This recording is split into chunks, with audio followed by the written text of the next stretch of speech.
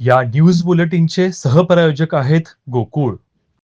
जिल्हा परिषद व पंचायत समिती सार्वत्रिक निवडणूक 2026च्या पार्श्वभूमीवर राधानगरी तालुक्यातील राशिवडे जिल्हा परिषद आणि राशिवडे धामोड पंचायत समिती उमेदवारांच्या प्रचारार्थ आयोजित पालकमंत्री प्रकाश आंबेडकर यांच्या उपस्थितीत जाहीर सभा अतिशय उत्साहपूर्ण वातावरणात पार पडली। या जाहीर सभेत हिंदू हृदय सम्राट वंदनीय बाळासाहेब ठाकरे यांच्या विचारांना अभिवादन करत तसेच शिवसेना मुख्य नेते व उपमुख्यमंत्री एकनाथ शिंदे यांच्या नेतृत्वावर विश्वास व्यक्त करत अनेक कार्यकर्त्यांनी शिवसेना पक्षात जाहीर प्रवेश केला। हा पक्षप्रवेश म्हणजे जनतेचा शिवसेनेवर वाढता विश्वास आणि संघटनात्मक बळाचे प्रतीक ठरला।